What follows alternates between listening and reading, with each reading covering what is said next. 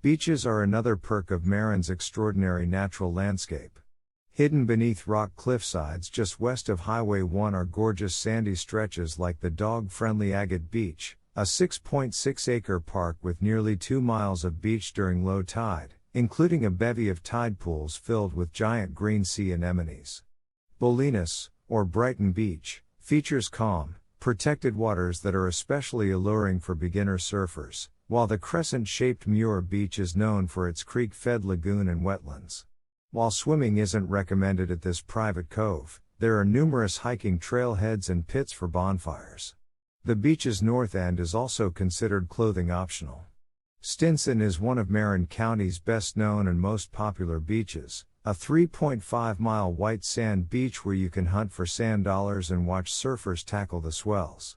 There are lifeguards on duty May through mid-September, making it exceptionally safe for swimmers. Traffic can come to a standstill in Stinson on warmer days, but there are plenty of eateries to wait out the backup once in town.